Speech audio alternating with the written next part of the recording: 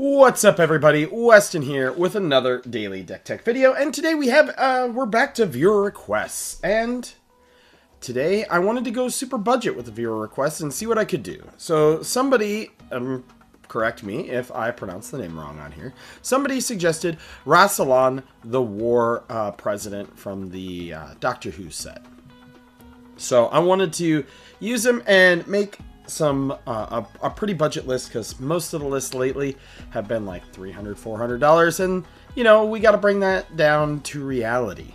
So without further ado, who is Rassilon, the war president? He's a 3/4 for 3 generic and Demir, and at the beginning of your upkeep you lose 2 life and exile the top card of your library. You may play that card for as long as it remains exiled. Each non-creature spell you cast from exile has Conspire, which means as you cast that spell you may tap 2 untapped creatures you control that share a color with it, and then when you do, copy it, and you may choose new targets for the copy. So we're going to be casting spells and from exile and then trying to copy those spells. So how are we going to do that today? Well, we're going to need some creatures.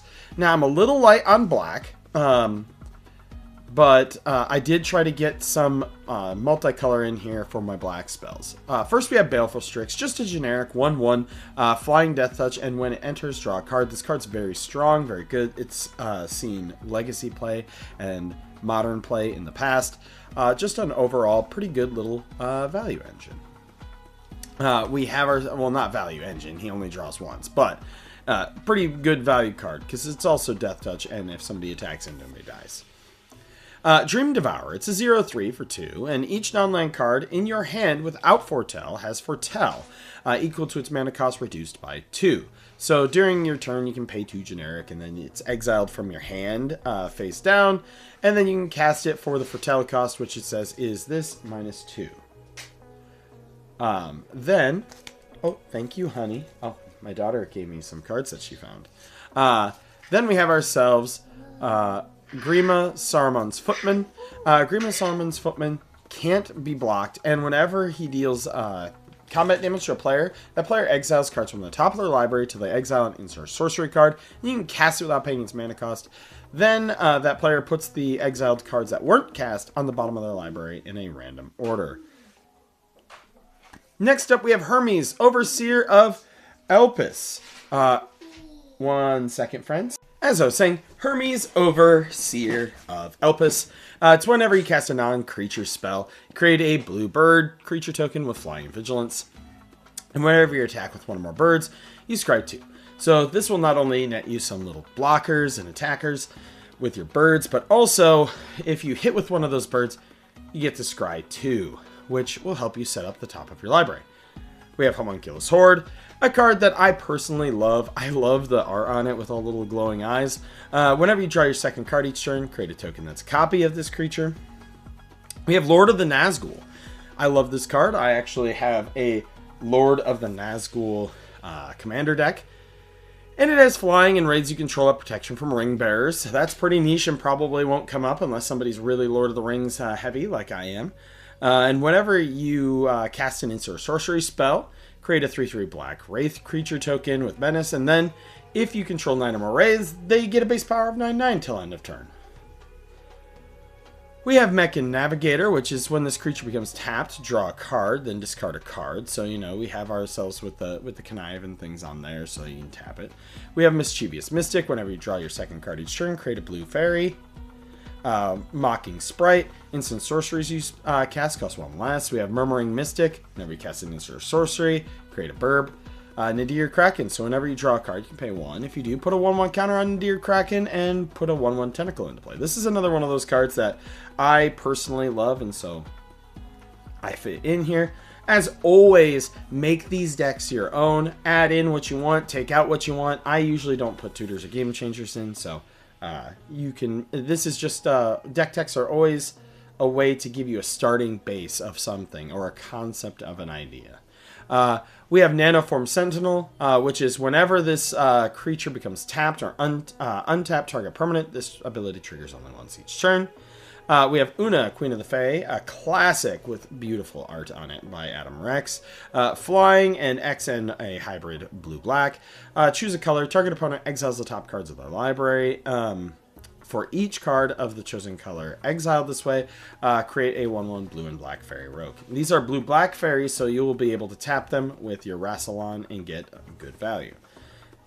We have Osgood, Operational Double. It's a 2/2 for 4, and whenever you cast this spell, create a token that's a copy of it, except it isn't legendary. And you can add a colorless mana, spend it only to cast an artifact spell or activate an ability of an artifact. We have Paradox, which is whenever you cast a spell from anywhere other than your hand, investigate. We have this in here predominantly for the Paradox aspect and not the other tap ability. We have Sedgemoor Witch, which is Menace, Ward, pay 3 life. Whenever you cast or copy an instant sorcery, create a black-green pest creature token with when it dies, you gain 1 life. I actually really like pests. I like that they can be chump blockers while still gaining you life. This is why I love the card Pest Infestation. We have Talaran, Sky Summoner. Whenever you cast an instant sorcery, create a blue drake. Then we have the Mechanist Aerial Artisan. Whenever you cast a non-creature spell, you create a clue token. Investigate, if you will. And until end of turn, you can tap it to target artifact you control, becomes a 3/1 construct. Then we have Thief of Sanity. I really like this card in Arena.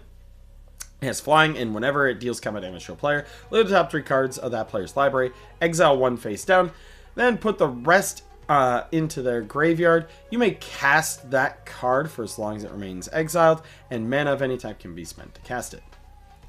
Alright, for sorceries, we have 10. We have Cornered by Black Mages. This is target opponent sacrifices a creature, and then you create a 0/1 Black Wizard.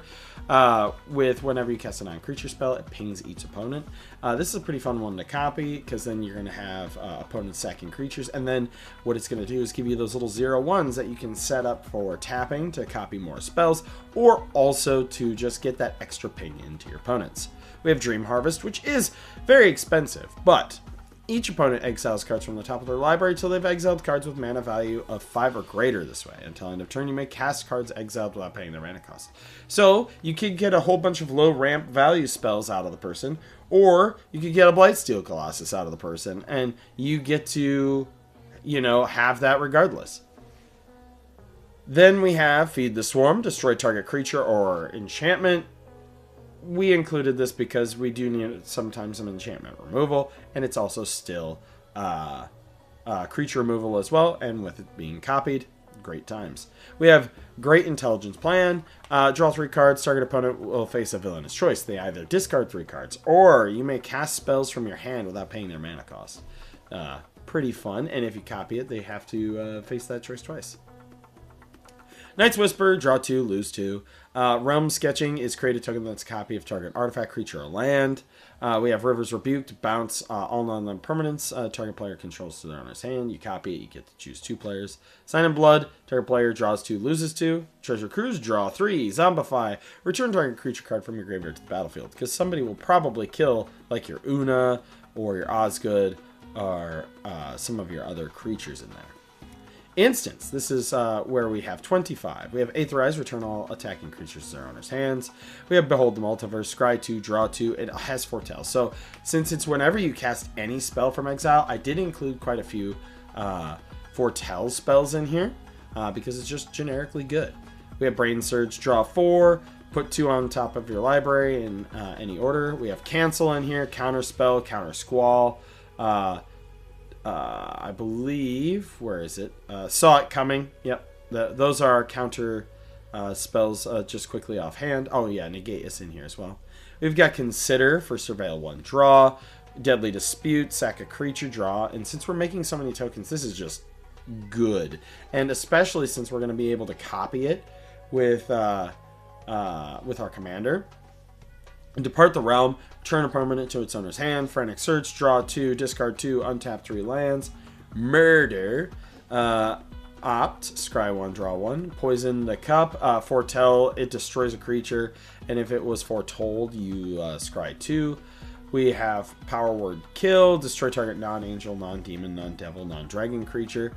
Quick Study is draw. Siphon Insights, look at the top 2 cards of target opponent's library. Exile one of them face down and put the other on the bottom of their library. You may play the exiled card for as long as it remains exiled. You may spend mana as though it were mana of any color to cast that spell. Also has flashback of 3. We have Spin Out, destroy target creature or vehicle. I have seen more people playing vehicles in Commander, and so I figured I'd throw this in here as kind of a nod to the fact that we probably need to start doing something with those. We have Surge of Brilliance, which is draw a card for each spell you've cast this turn from anywhere other than your hand, and it also has Foretell. Suspended Sentence, destroy a creature. An opponent controls that player loses 3 life. Exile it with 3 suspend counters on it. So suspend also plays from exile, and so that is another way for us to get that copy effect. We have Taken by Nightmares, exile target creature. If you control an enchantment, scry 2. We have Tribute to Hunger, target opponent sacrifices a creature of their choice. You gain life equal to that creature's toughness. Tyrant Scorn, destroy target creature, convert a mana cost 3 or less, and return a creature to its owner's hand. We also have You Find the Villain's Lair, which is a foil their scheme, counter target spell, or draw 2 cards and discard 2 cards. Enchantments, we're running 10. A lot of these are some of my all-time favorites. So we have Amphibian Downpour, a card that I love running. People often cast multiple spells per turn, and you yourself, with a lot of your cheap spells, could do it if you want. And then you just turn everybody's things into 1/1s with no abilities. Delicious. Along that same lines, we do have Eaten by Piranhas, Unable to Scream, and Flood the Engine, and Frogify, which all do similar things. This one has Storm, though, and Flash, and isn't these ones, this turns into 0/2, a 1/1, a 1/1, and this one taps it and it loses all abilities. We have Energy Flux in here. All artifacts have at the beginning of your upkeep. Sacrifice this artifact unless you pay 2. Estrid's Invocation comes in and copies an enchantment. Extravagant Replication copies a permanent. Getting to copy this would be pretty fun because you have things like Imprisoned in the Moon, your Amphibian Downpour, etc. It just gets really fun. And then we, of course, have Propaganda because it would not be a Weston deck without a Propaganda. For lands, we do have ourselves some of the common fetches like Terramorphic Expanse, Myriad Landscape, Evolving Wilds. We do have a budget mana base here, River of Tears, which is I love the art on River of Tears, but it's you add blue, and if you play a land this turn, add black instead. We have Command Tower, Choked Estuary, Drawn Catacombs, Temple of Deceit. Pretty simple, straightforward. Let me know what you think of the deck in the comments down below. Like I said, I tried to make a budget version of this deck. You could easily crank this thing up to 11 and do anywhere from like a couple hundred to a couple thousand if you really, really wanted to.